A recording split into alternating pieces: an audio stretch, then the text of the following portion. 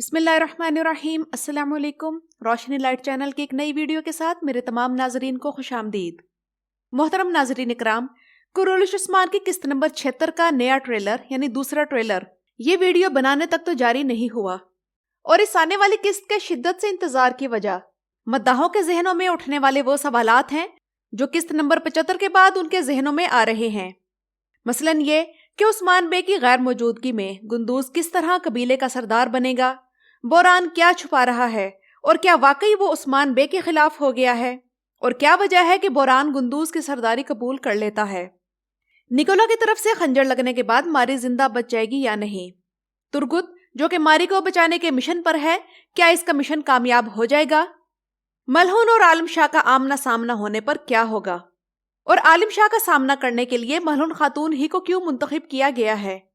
क्या कॉनर एल्प वाकई उस्मान बे का दुश्मन है। उस्मान बे के फरार की खबर सुनकर कबीले की क्या सूरत हाल होगी। और आखिरी सवाल ये कि माइकल कोसेस का मारी को खंजर लगने की खबर सुनकर क्या रद्द अमल होगा।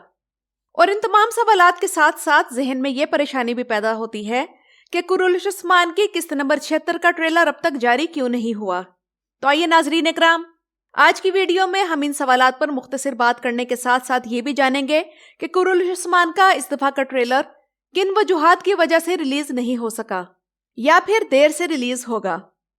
नाज़रीन इकराम, इस वक्त ड्रामे का सबसे बड़ा मसला ये है कि मितन गुनाई जो कि दुरुल शार्तरुल के 5 सीजन और कुरुलिश उस्मान के 2 सीजन तक डायरेक्शन की जिम्मेदारी उठाते रहे, इनके जाने के बाद अब अहमद यलमाज कुरुलिश उस्मान की डायरेक्शन दे रहे हैं। लेकिन इनकी डायरेक्शन में ऐसा हो रहा है कि तकरीबन हर किस्त में कोई ना कोई ऐसी चीज शामिल हो जाती है जो अधूरी रह जाती है। मसलन काराइल की मौत का मामला अभी तक नहीं सुलझाया गया, उसके बाद बहादुर बे एकदम गायब हो गए हैं, फिर उसके बाद पिछली किस्त में खोपड़ी वाला सीन उसकी कोई वजाहत नहीं की गई और यहाँ तक कि कुछ सीन्स बिल्कुल गैर हकीकी लगते हैं, खासतौर पर फाइटिंग सीन्स और जख्मी होने वाले सीन। पिछली किस्त में उस्मान बे को जो तीर और नेज़े के जख्म लगे हैं, तो कोई भी इंसान ऐसे जख्मों से जिंदा नहीं रह सकता। खास तौर पर नेज़ा जिस जगह लगता दिखाया गया है वो तो बिल्कुल आर्टरी के पास ही है। खैर, ऐसे सीन अब तुर्की ड्रामों में आम हो गए हैं और कुछ मिलती जुलती सूरत-ए-हाल बारबरोसा में इलियास के किरदार के मामले में हम देख ही रहे हैं। वैसे क्या हसीन इत्तेफाक है कि अल्परसलान बुयुक सल्जूकलो की पिछले हफ्ते की किस्त में बुराक की बीवी को सीने पर तीर लगा दिखाया गया और कुरुलिश उस्मान में उसी हफ्ते बुराक को नेज़ा और तीर दोनों लगाकर दिखाया गया।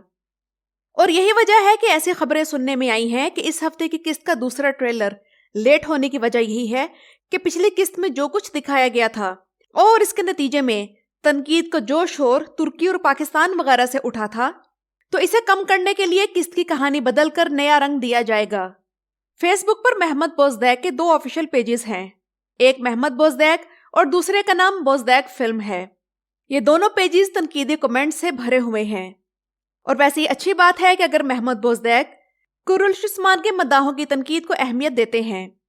और नाज़रीन इकराम, कुरुलिश उस्मान के चंद अदाकारों ने तुर्की के एक पुराने कली की तस्वीर अपने इंस्टाग्राम अकाउंट्स पर पोस्ट की हैं, तो जाहिर सी बात है कि इन दिनों छुट्टियां तो है नहीं कि वो सैर व तफरीह के लिए वहां गए हों, तो मुमकिन है कि कहानी को नया ट्विस्ट दिया जा रहा हो और इसी मकसद के लिए उस कले में शूटिंग हो रही हो।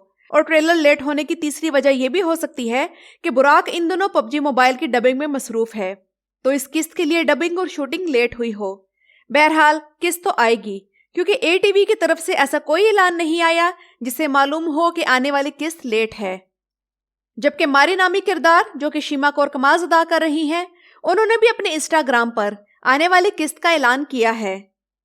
बहरहाल चलिए, तो तसल्ली हो गई कि कुरुलिश उस्मान की इस हफ्ते की किस्त आएगी। लेकिन एक और खूबी जो कुरुलिश उस्मान में है और जिसका जिक्र ना करना ज्यादती होगी कि चंद किस्तों से कुरुलिश उस्मान में जानदार किस्म के डायलॉग सुनने को मिल रहे हैं।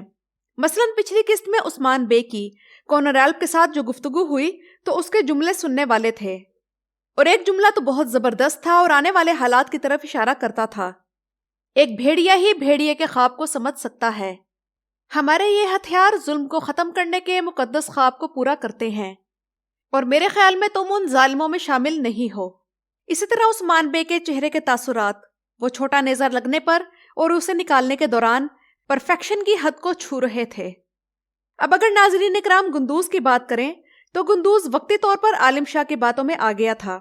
मगर उस्मान बे की गिरफ्तारी के बाद गुंदूज को आलिम शाह की मक्कारी समझ आ गई है और सरदारी की कुर्सी पर अगर गुंदूज बैठता है तो ऐसा करना गुंदूज की वक्ती मजबूरी होगी, क्योंकि उस्मान बे की गैर मौजूदगी में कबीले को बिखरने से बचाने के लिए किसी सरदार की मौजूदगी लाजमी है।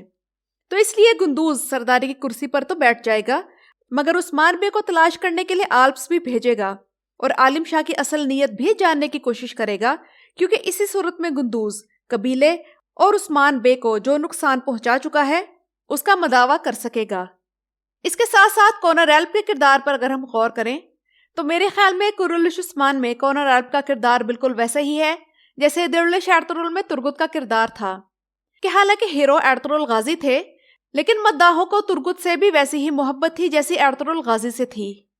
इसी तरह कुरुलिश उस्मान में कॉनर-एल्प के किरदार ने आते ही अपनी जगह बना ली है और उस्मान बे जितनी अहमियत इख्तियार कर गया है, और मद्दाह सिर्फ इस इंतजार में है कि कब वो वक्त आएगा जब कॉनर-एल्प उस्मान बे के जंगजुओं में शामिल हो जाएंगे। वजीर आलिम शाह करप्ट सल्जूकी सल्तनत के ज़वाल की एक बहुत बड़ी वजह के तौर पर हमारे सामने आया है, लेकिन आलिम शाह और मलहुन को आमने सामने क्यों दिखाया गया है? तो मेरे ख्याल में इसकी वजह यही है कि मलहुन, जो कि एक बड़े कबीले के सरदार की बेटी है, वही आलिम शाह से निपट सकती है, और जैसा कि दिखाया भी यही जा रहा है। कुछ लोगों का ख्याल है कि यहाँ मलहुन को क्यों आगे किया जा रहा है, तो इसकी वजह यह है कि उस्मान बे के आल्प्स कैद में हैं और उस्मान बे जख्मी है, जबकि गुंदूज इस वक्त अपने ज़मीर का मुजरिम है और आलिम शाह से नजर तक नहीं मिला सकता। ऐसी सूरत में मलहुन खातून से बेहतर ऑप्शन कोई नहीं जो आलिम शाह की टक्कर का हो। जबकि अगर मारी और निकोला की बात की जाए तो हो सकता है कि मारी की मौत ना हो, क्योंकि अगर मारी मर गई तो माइकल कोसेस और निकोला के दरमियान दुश्मनी फौरन शुरू हो सकती है। लेकिन अगर मारी जख्मी हुई तो निकोला कह सकता है कि मारी ने इस पर वार किया और इसने खुद को बचाया।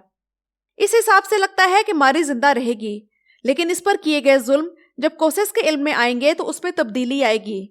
लेकिन ऐसा होना तो मुमकिन नहीं कि माइकल कोसेस शाम को शेख अदब अली के साथ पुदीने का कहवा पिए और फिर इनके साथ मगरिब की नमाज को चल दे, क्योंकि माइकल कोसेस के कबूल इस्लाम से पहले 30 साल तक उस्मान बे और कोसेस की दुश्मनी चलती रही थी।